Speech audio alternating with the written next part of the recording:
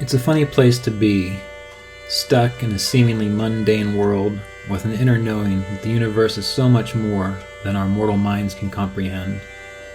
Yet we all have the capacity to know peace and our oneness with the wholeness of life. And through these interviews, discussions, and reflections, it is my intention to share this possibility. I'm Ryan Kurczak, and this is the Kriya Yoga Podcast.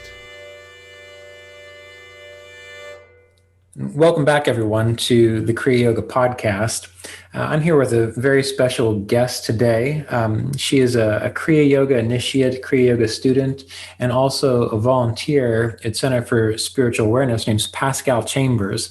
Welcome to the podcast today, Pascale. Thank you, Ryan. I'm happy to be here. Yeah, I'm really glad to have you. Because what I've been trying to do with many of these interviews is to talk to people on all different sides of the path. And so I've had students interview me. I've had other Kriya Yoga teachers on the podcast. And you are the first for me to interview who's within the 5 to 10 year range of practicing Kriya Yoga. So what I'd like to do is just pick your brain a little bit about some of your experiences and how you've grown since you've begun the Kriya Yoga process. Does that sound all right? Yeah, that sounds wonderful. Okay, so let's just get started. You became aware of CSA 5 years ago. Is that correct? Yeah, a little about 5.5 years ago. And how did that come about? How did you fall upon CSA and Mr. Davis and Kriya Yoga? Yeah, I actually had, I guess, years before that, I had, I think it was a Yoga International magazine, and there was a full-page ad for Center for Spiritual Awareness. And I saw that, and I thought, oh, that looks kind of interesting. It's about 2.5 hours from me. It's kind of close by, and this seems interesting. So I ripped out the ad, and I filed it away, and I, recycled the magazine.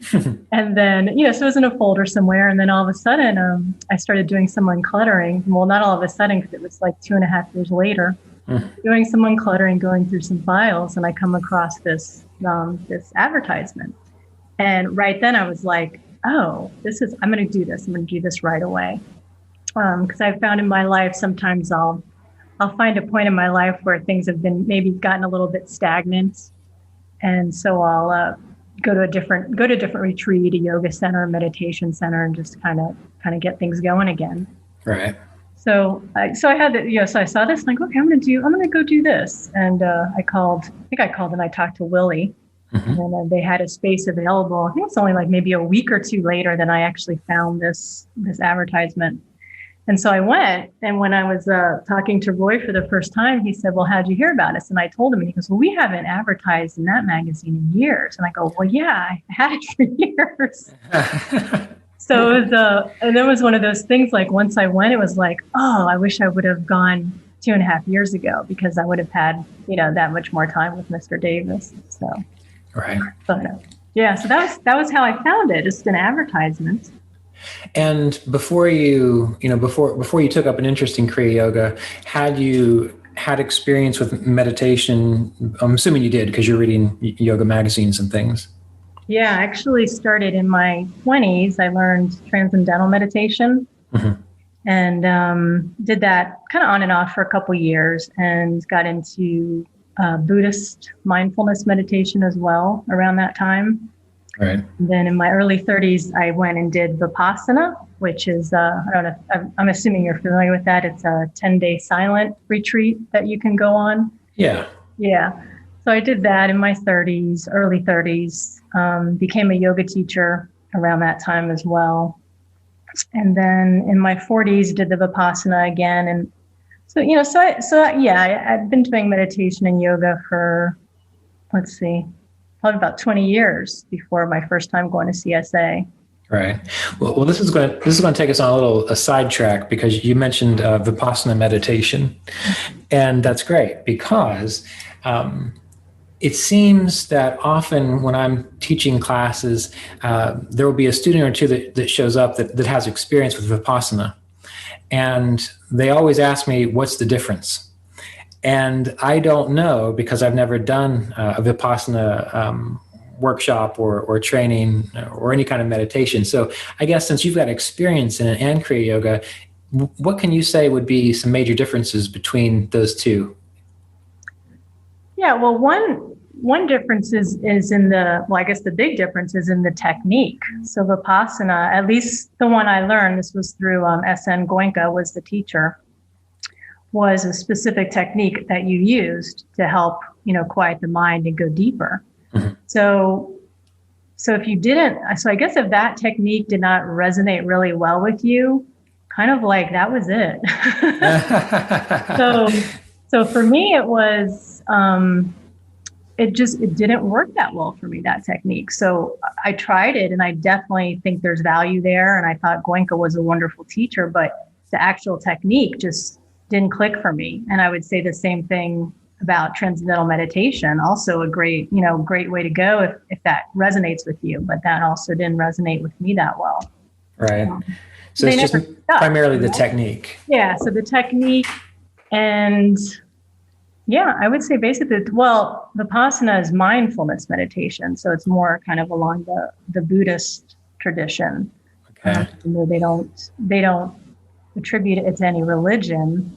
Right. There is definitely, that's the flavor of it. So then when someone asks me what's the difference between Kriya Yoga and Vipassana, I'll just say it's the technique. Yeah, I would say that would be a good answer. Yeah. That's great. Well, and to get into that a little bit more with Kriya Yoga, that we've learned from Mr. Davis, there's several techniques. And that's one of the things I really liked about it, because, if there was one that didn't work for me, I could pick up another one. So there was kind of this versatility that I found really appealing. Right. And that's a good point. I can remember when I first started studying Ayurveda, I began with one of David Frawley's courses, and I forget which one it was, but he talked about the different kinds of meditation. And he actually mentioned that Kriya Yoga, the techniques that are taught in Kriya Yoga, that whole system, he described it as having a more balanced approach, because in a way there were, in a sense, options for every different kind of temperament. Mm-hmm. So that's interesting to hear. All right, well, good. I appreciate you sharing that with me, because it's actually come up a few times, and I keep thinking to myself, I have no idea what the difference is. So thank you. No problem. Help. Yeah. The one other thing I'll mention about Vipassana is to be in silence for 10 days is a very interesting thing to experience. So I think that's helpful to try. Right. And have that experience, I think.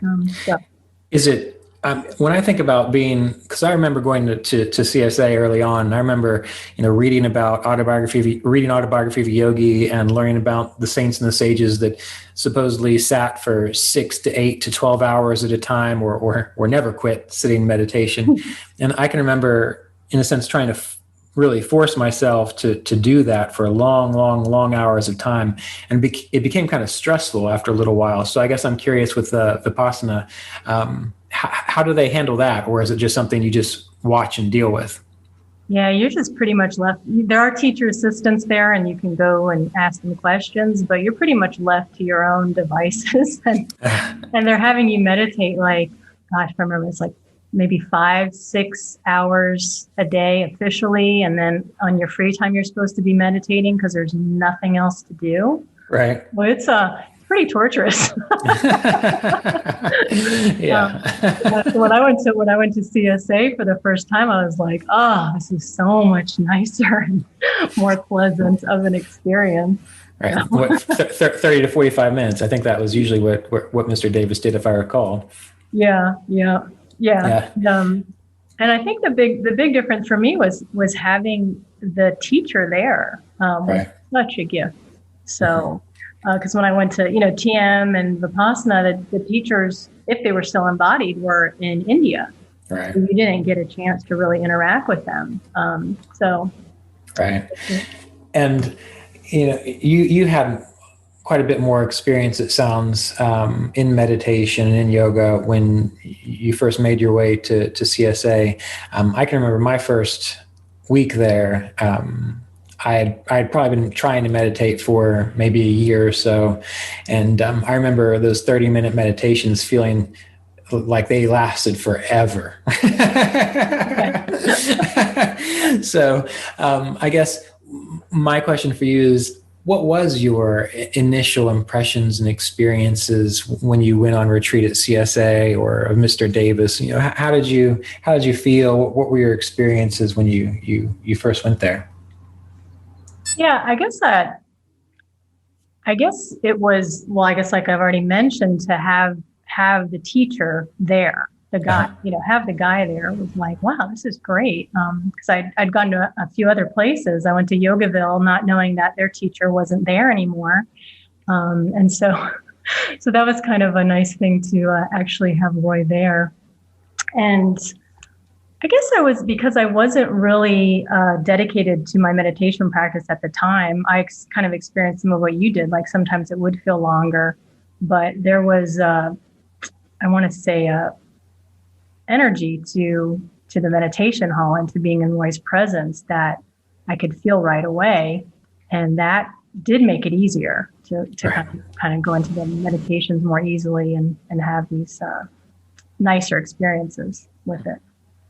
And when you first came to Kriya Yoga, had you had much previous, like had you read Autobiography of a Yogi, or had you had much introduction to it before? Yeah, interestingly, no. I had heard of Yogananda, so I was happy to hear that Roy was his disciple. But no, I had not read Autobiography and was not aware of the lineage or anything like that. And as soon as my first time after hearing about it from Roy, I immediately, bought the book and started reading it. And I remember I was a couple chapters in and I was so into it. I was so enthralled. And I thought, I got to slow down because once I read this, I'll never get to read it again for the first time. And right. So I really wanted to savor that. And so as much as I could restrain myself, took my time, but went through it very quickly. Do you think there was any benefit to not having that kind of initial introduction? Because I can think of one student in the Kriya Yoga apprenticeship course. He had never read Autobiography of a Yogi, didn't really know much about it. He'd had an interest in meditation, and for him, he felt like it helped him kind of come at it with a clean slate. So I'm curious, did you have any kind of similar experience like that? I would say not. I don't know if I'd put it that way. It was more a matter of because I had been around these things and I had experienced different teachers and even, a couple of teachers that I didn't feel were authentic teachers, that when I found Roy, it was like I knew he was the real deal. Right. And I knew these teachings. I knew that they were, they were steeped in the traditions and they were pure, and he was teaching them very clearly. So I was able to recognize that very quickly. Right.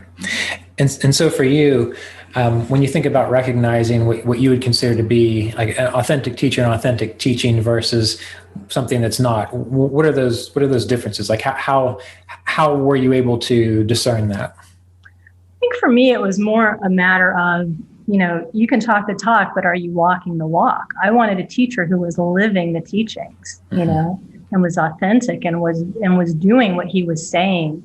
And that's, there's a lot of people out there that are doing that, but there's also a lot that are not. Mm-hmm. And, you could say are kind of hypocritical and they're saying one thing, but they're living their lives in a different way. And from everything that I knew and learned about Roy, he really was living that lifestyle, the yogic lifestyle. And, I would talk to disciples. And when I was first there, I wasn't completely trusting because I had experienced not true teachers before. So I was a little skeptical.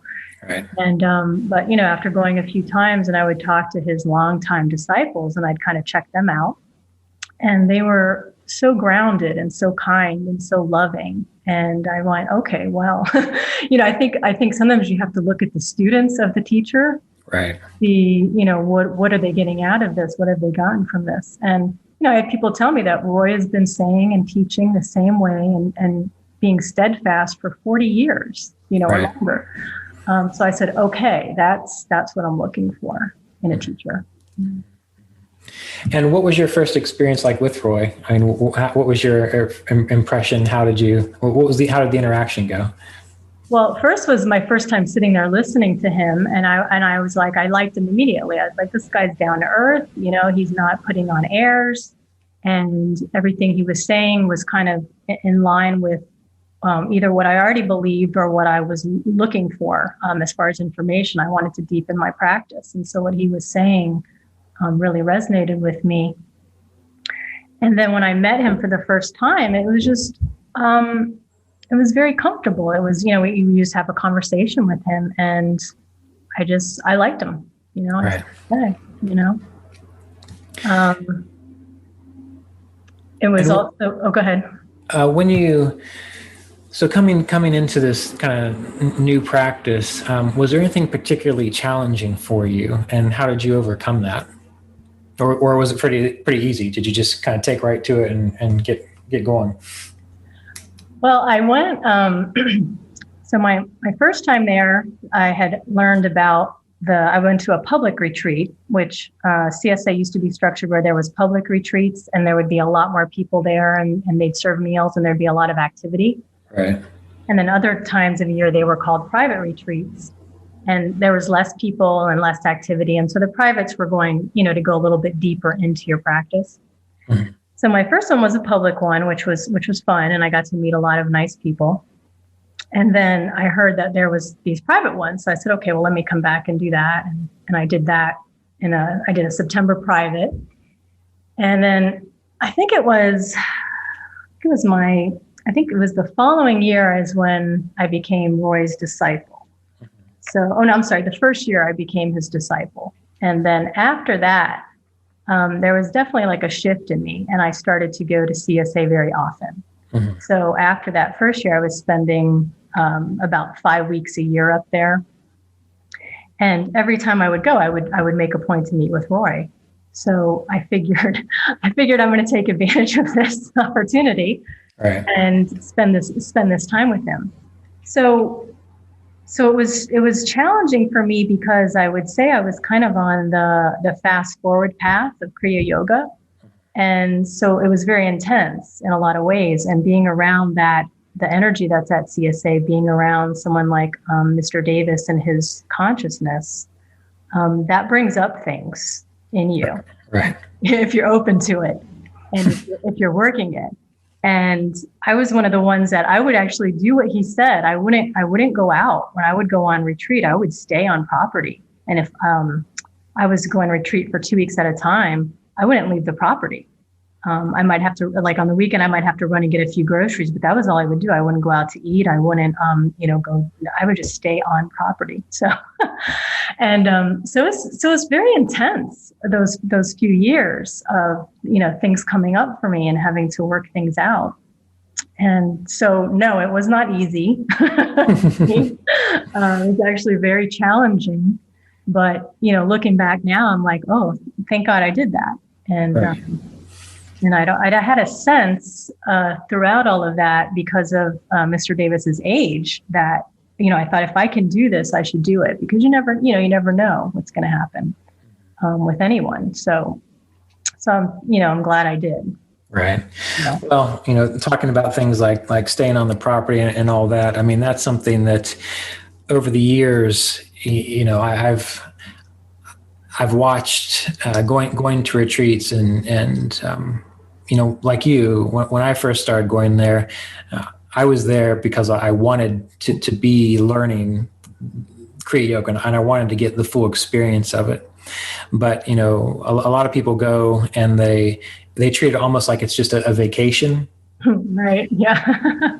And I don't think they ever understood why Roy would say things like, don't socialize, stay on the grounds, pay attention to to why you're here, and why you're there is so that you can take a break from your normal life and your normal world and really kind of go deep into the process. So, I understand what you're saying. I know the stress around that, but wouldn't it be great if more people somehow decided to do that? Yeah, yeah. Well, and it's funny too, because probably people that will listen to this would be like, "Hey, Pascale was very talkative and social," because I was at times, and I did meet a lot of people because it was really hard not to, because the people that were showing up to the retreats, they were great. They were such cool people, and they were coming from all over the world. I was meeting people from Italy and Germany, and people coming from California. And it was so much fun to be around that. So it was a temptation to definitely to socialize. Yeah. Well, and sometimes people feel that they need to know someone of a like mind. I mean, when I first started going to CSA, they would serve meals, breakfast, lunch, and dinner. And were they doing that still when you started going?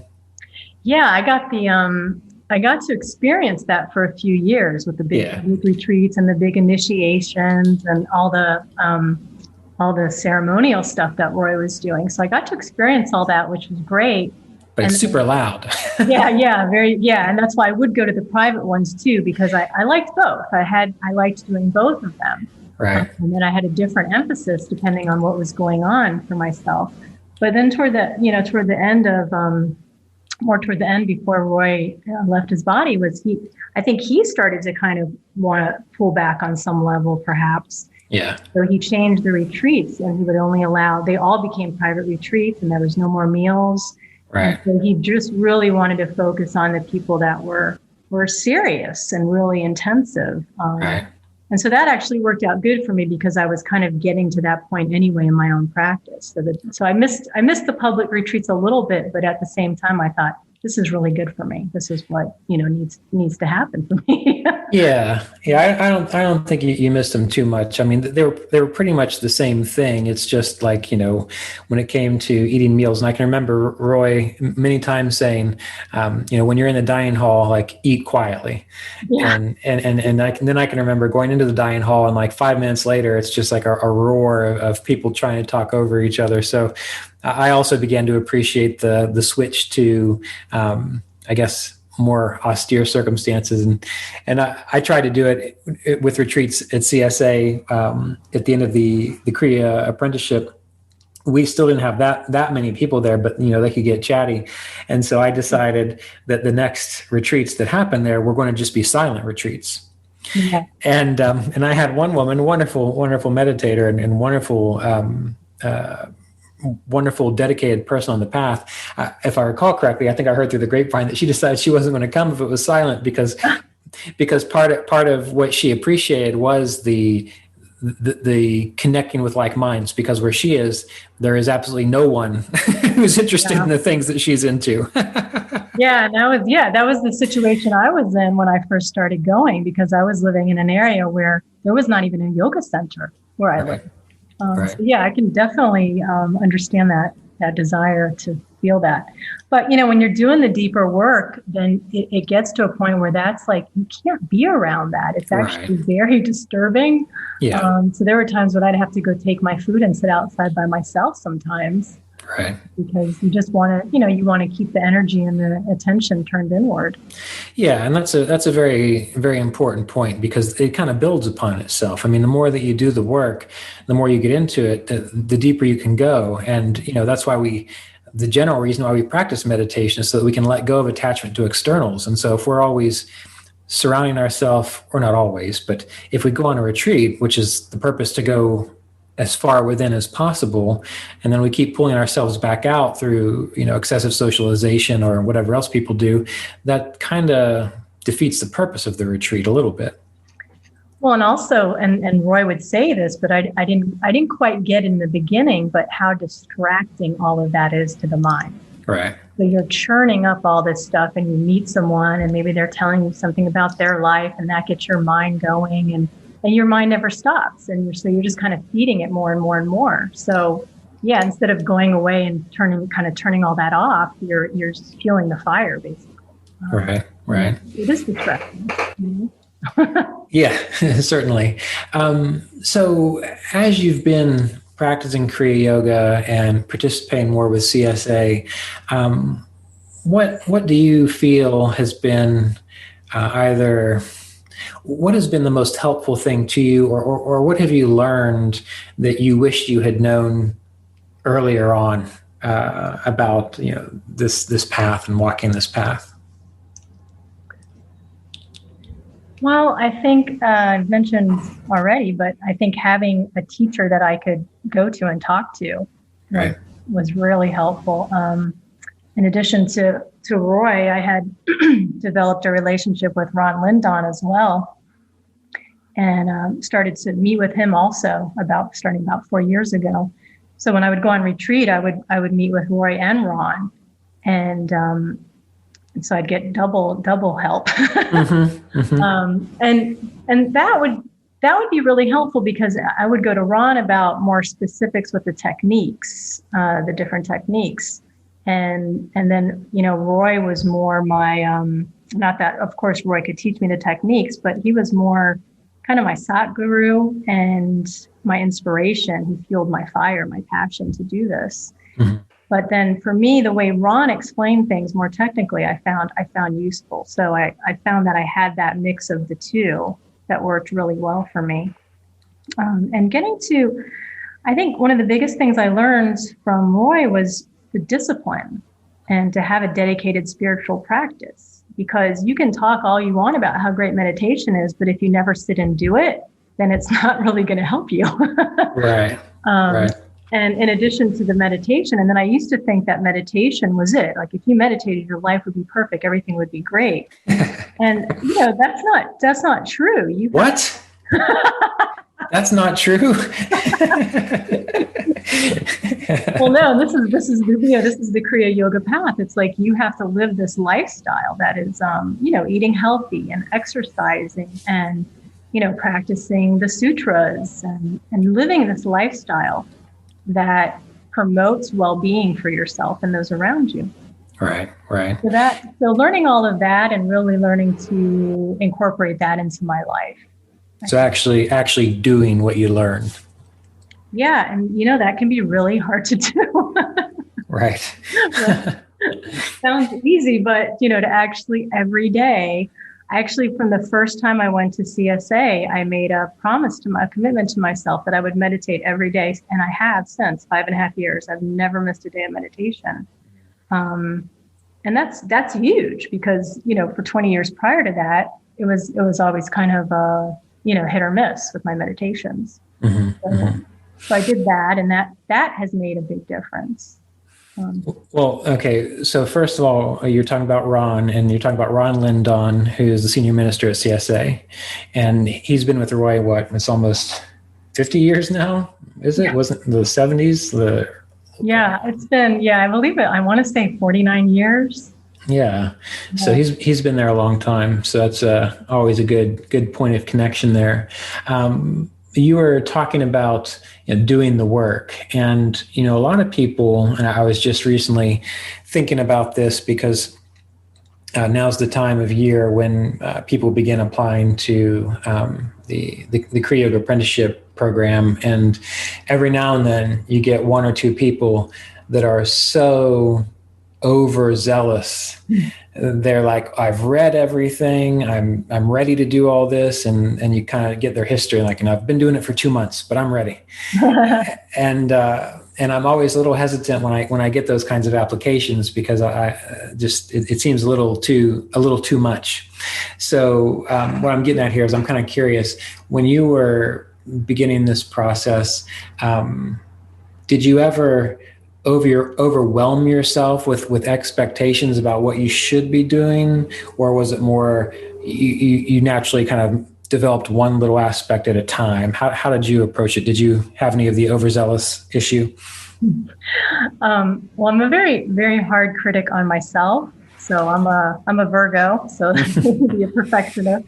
Mm-hmm. And so I was always very hard on myself. And it's like, well, I'm meditating. I'm doing yoga. I shouldn't get angry. I shouldn't get anxious. I shouldn't have any of these things happening.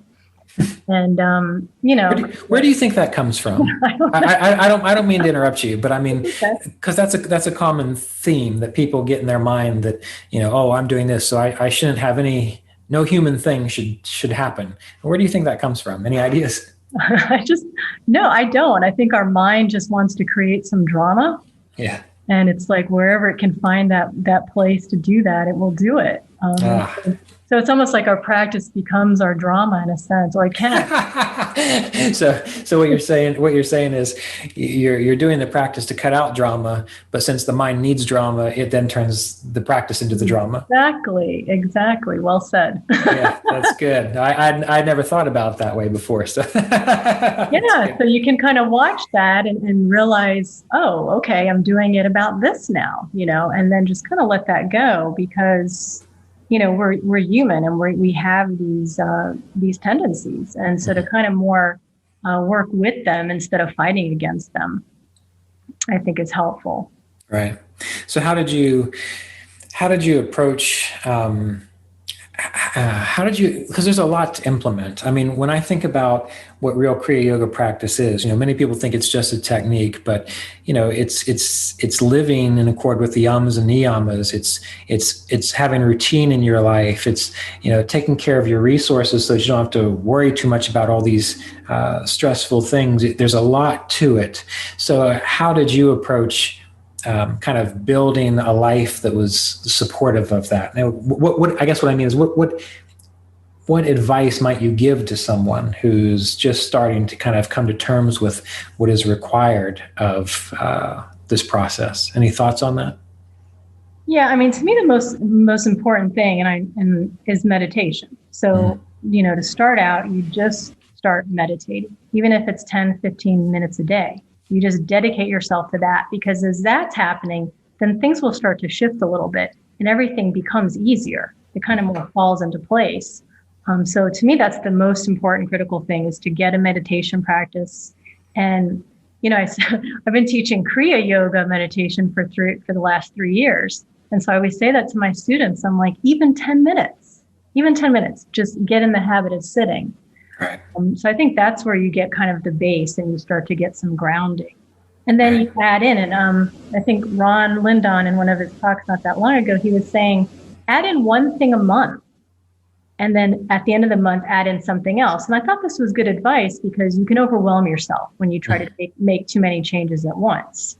And then you don't do them all, and then you feel, discouraged. I would say if you're just starting out the first month, just meditate every day for 15 minutes. Right. And when you've accomplished that, then the next month you say, okay, well, I want to eat a little healthier this month. I'm going to cut out ice cream or something. Or, I'm going to go to bed. I'm going to go to bed on time. I'm going to go to bed at 10 p.m. like they recommend. Right. And when you do that, so that way you kind of ease yourself into it. I didn't do this for myself. I didn't know this. I tried to do everything at once, and, I'd get frustrated and stuff. So be kind to yourself too. It's like you're doing the best you can right now. Right. And you just keep going. Yeah, it does seem almost a little bit like very subtle self-sabotage when you try to do it all at once, because you're not going to be able to. And I think when a lot of people try to do it all at once, then like they give up because they think, well, I just can't do this. Yeah, exactly. But on the other, you don't want to give up. That's the thing, and even if you, I haven't missed a day of meditation in 5.5 years, but if I had, I would have just started again, but having made that commitment keeps me going with it. Right. And it reminds me of a quote, and I'm trying to think exactly what that quote was. It was, I think it was Shakespeare. Hold on, I'm looking it up because I remember some generalities up to something like the course of true love never runs smooth, but I don't think that's it. What is it? Yeah, that's it. The course of true love never did run smooth. Yeah. And sure. that stuck out to me when I heard it or read it, because part of what we're doing is kind of returning our attention to the most important thing. And I can remember in the Holy Science, Sri Yukteswar, he quotes all these quotes. Jesus, you think I'd have them written down? He quotes from the Bible, and he talks about how metaphorically or something like that. The grief that God has against humans is that they abandoned their first true love, and their first true love being God or clarity or pure consciousness. Now, again, we're not trying to promote God as a being with this like a big parent up in the sky. This is just to help get the point across. But by doing these practices like Kriya Yoga and spiritual practices, I mean, we're essentially kind of redirecting our love to that which is the most important thing, which is the self or God or the infinite consciousness. And I think a lot of people kind of forget that idea, that Shakespeare idea, that the course of true love never did run smooth. So the process itself, if it's true love, which hopefully it is, then we're going to be okay with the fact that we're going to make mistakes and we can't do it all at once, and we just work on a little bit here and there. Yeah, the funny thing though is it's literally the easiest thing in the world. Right? Just like sit and be quiet. Like that sounds like that should be so easy. And what they teach us is, you are that. You right. are that pure consciousness. So, you just kind of have to get out of the way and recognize that. But something else I realized over time is that people can tell you all about it, but until you experience it for yourself, it's just words. Right. Right. And so that's why I think you teach your students, and there's such an emphasis to meditate and quiet the mind, because right. then you will experience this for yourself, and then everything changes at that point. Right. Right. It's a whole nother game. That's true. Well, we've got a little bit of time left, and you and I both know that outwardly, Mr. Davis wasn't really an expressive devotional type. He did not quite have the same kind of presentation style that Yogananda did, but he was very clearly devoted, very clearly.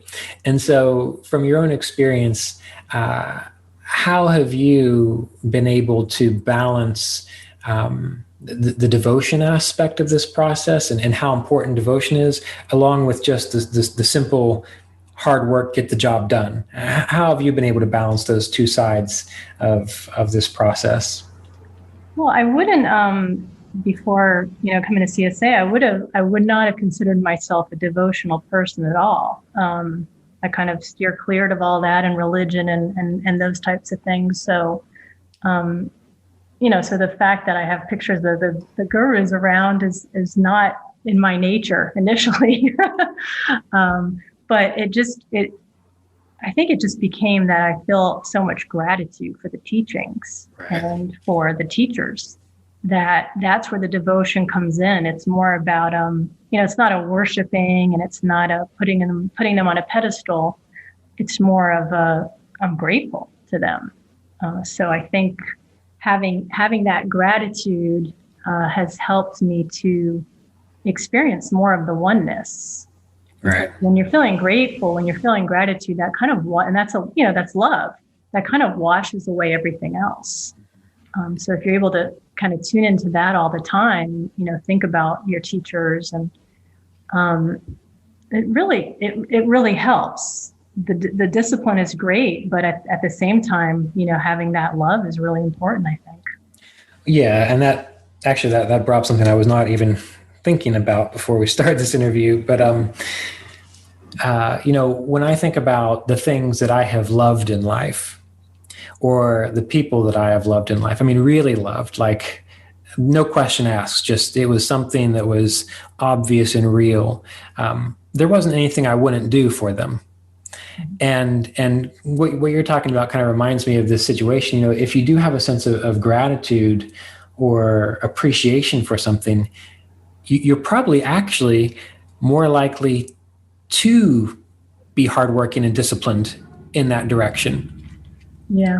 That's a good point. Yeah, because if you love your family, and if you love someone, and you have no problems going out and earning money to support the family, because you're doing it for this reason, out of this love. And anyway, what you just said kind of made me realize that being able to find something that you can have that sense of devotion to, I think that in itself probably helps with the discipline and the the attention. I mean, think about your friends, the friends that you would do anything for. If they call you up and they need something, you're just going to do it. You're not going to piddle around and say, well, maybe, you're going to be there for them. So that's interesting. And I think, they say a guru is the dispeller of darkness. And, my understanding of what a guru is, it's someone that would inspire you to get closer to God or pure consciousness. Right. And that's what Roy did for me. Right. Ignited that fire in me that had always been there, because I've been looking since my 20s for something, but I didn't know what it was for sure until I met Roy. And then I was like, oh, this is it. And then everything changed after that. I'll be forever grateful to him for that. What do you think? What do you think made the difference that allowed you to recognize? Because early on, you talked about how you had tried different types of meditation, and you had kind of looked around or kind of sought out. At least this is the impression I got, that you had met other teachers and so on. But when you met Roy and CSA, there was a greater sense for you of authenticity. And this is a question that I'm always curious about. Do you feel that there is anything in particular in your life that you did, or any preparation that allowed you to get this relationship or have that kind of opportunity to meet a teacher that you were able to have that sense of integrity with, and that sense of trust in? Because I think trust is a big deal. So any thoughts on that? Trust is a huge deal, actually. Yeah. Good karma? No. Well, that's the actual answer. But I think no. Yeah. I kept searching. Like, I wouldn't give up. It was important to me, and I was seeking something, and I wasn't going to stop until I found it. So you didn't settle. I didn't settle. I kept at it. I kept looking. I kept searching. I kept trying things. Right. And I think that's important, to search until you find what clicks for you. But at the same time, I've noticed, because you can relate to this. You have students and they come and they go, and that's fine. Everybody's following their own path. But sometimes I want to say to people, you just need to stop. If you find the true teachings, just stop and do the work, because you can spend your whole life searching and never get down to it. Mm-hmm. So I think that is important. Like, if you can find a good teacher, a true teacher, and you feel a connection with them, then listen to their advice, do what they're saying to do, and move forward. Right. Yeah. And I know I keep saying we're just about out of time, but more things keep popping into my head. Do you have a few more minutes? Yeah, absolutely. Okay. So going down that route of, recognizing the teacher or the path that's right for you, because like you said, different temperaments really resonate with different approaches. Well, I'm not sure if you said it, but you implied it, I think. Yes.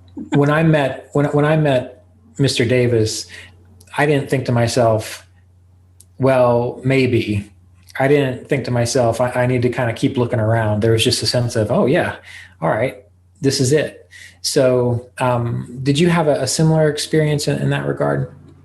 I just felt so, listening to Roy and reading his books and reading autobiography and hearing, just when I was first going to CSA, Roy was telling all his stories about his times with Yogananda. So I caught that, and toward the end, he wasn't doing it as much. So I was happy I got that, and I would just sit enthralled hearing these stories. I could just sit there for years, and I was so happy. So I guess it was just it felt right to me. Right. Yeah. So yeah, it was yeah. The feeling when you found what you've been looking for your whole life. Right. That's what I was curious about, because, when people are looking for a teacher, I mean, in my mind, my sense is you'll just know. And there won't be necessarily a sense of, well, maybe with it. So I guess I was asking you that question just to see if that was another person's experience. Yeah, but I think, don't you think too, though, Ryan, that maybe you wouldn't, I don't know that you necessarily have to feel it as intensely as we felt it to still connect with that teacher and get a lot of value there. Right. I don't think, because I've had friends that have, come with me on retreat, and I've taken some of my family members and my husband, and they got a lot out of it and they really enjoyed it, but they don't necessarily have the same passion I do. Right. The teachings. And I don't think they have to get the benefits. But were they searching for a teacher though? I guess not. Probably not to the extent that I was. Yeah, because that's the thing I'm always curious about, because you're right. I mean, you can learn a lot from anyone who's teaching something with integrity. This again is on my mind because, again, with the Kriya Yoga apprenticeship course, I have like an application process. Mm-hmm.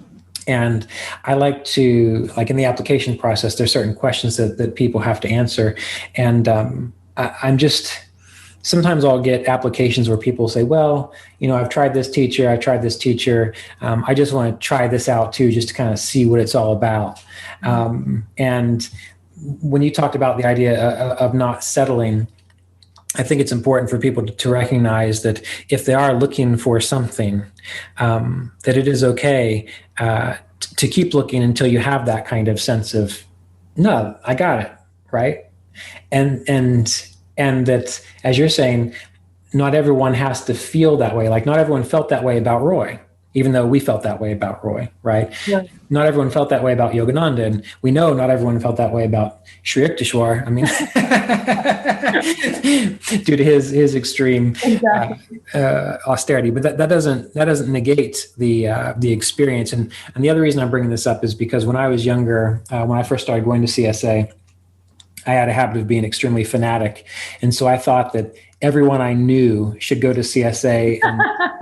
And it was probably about 5 or 6 years into it when I decided to cool off a little bit. And many of my friends said, wow, Ryan, I'm so glad that you quit, that you just relaxed, because we know you get a lot out of this path, but that doesn't mean you have to try to talk us into it every moment you get.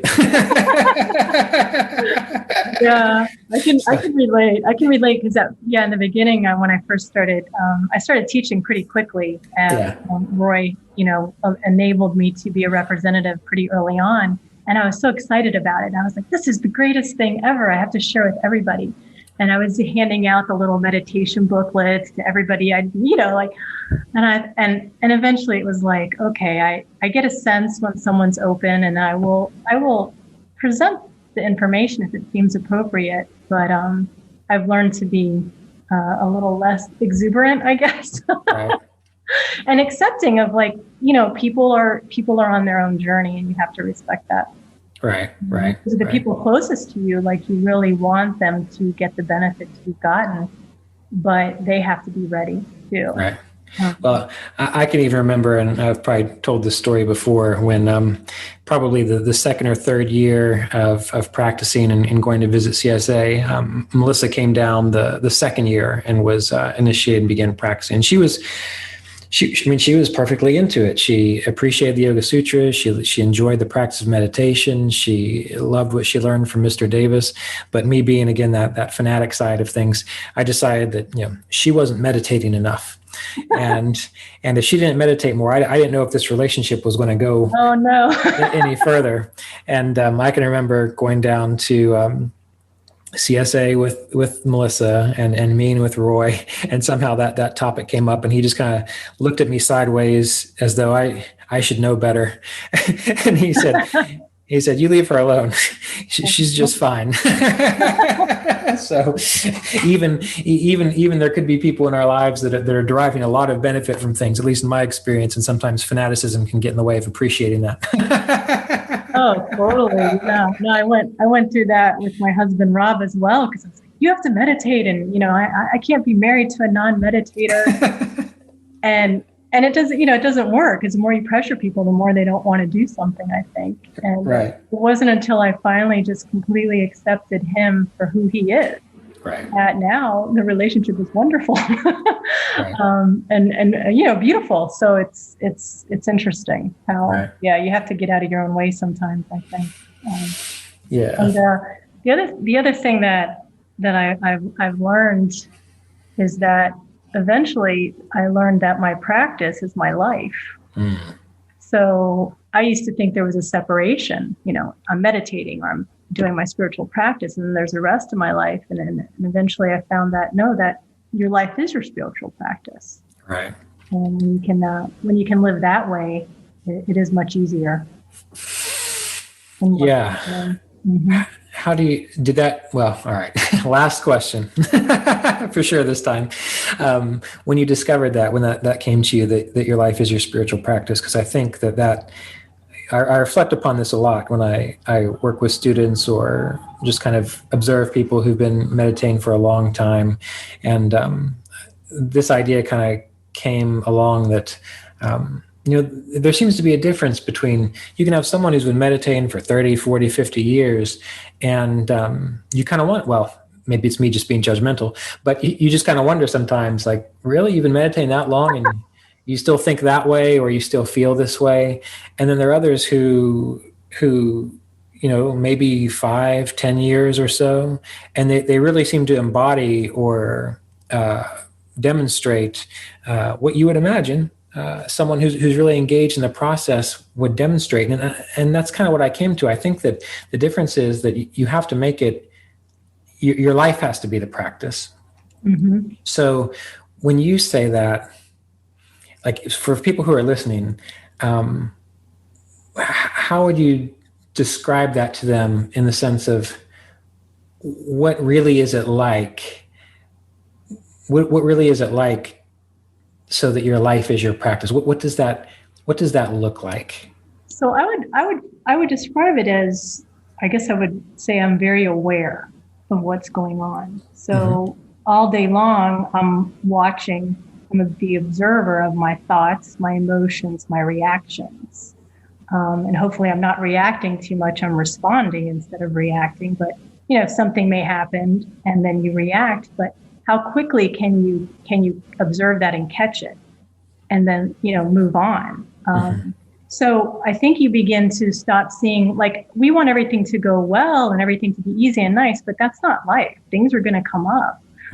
So instead of looking at the things coming up as a problem, we look at it as an opportunity. Oh, here's a chance for me to grow.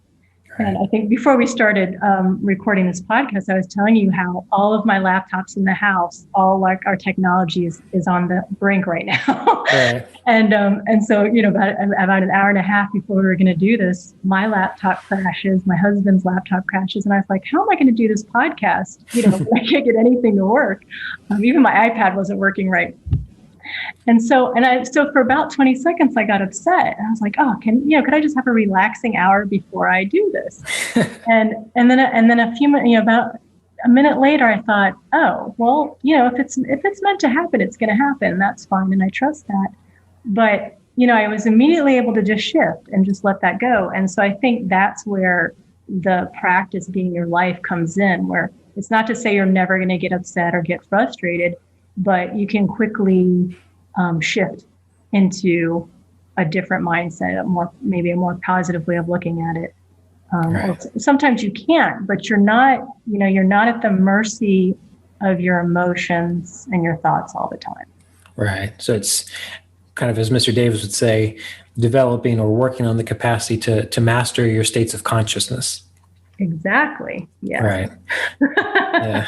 Because, life is going to happen, but the thing you can master is your state of consciousness in relationship to the experience. That's good. Yeah. And also take the challenges as a way to grow.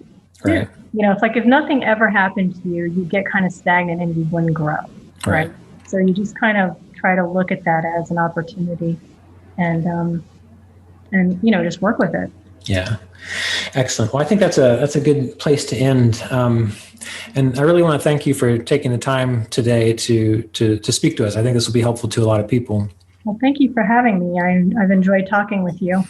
Yeah. Always a pleasure. Yeah. That's what Roy always used to say. Well, anyway, thank you for being here, and maybe we can do it again sometime. Yeah, I would love that. It's really been good. And one of these days, when it's possible, maybe I'll see you down there at CSA. Yeah, that'd be great. I'm looking forward to that. All right. Well, you take care, Pascale. It was Thank wonderful. you, Ryan. Yep. Take care. This episode of the Kriya Yoga Podcast was made possible by donations from Kriya Yoga apprenticeship students and supporters of our Patreon community at www.patreon.com/Kriya Yoga.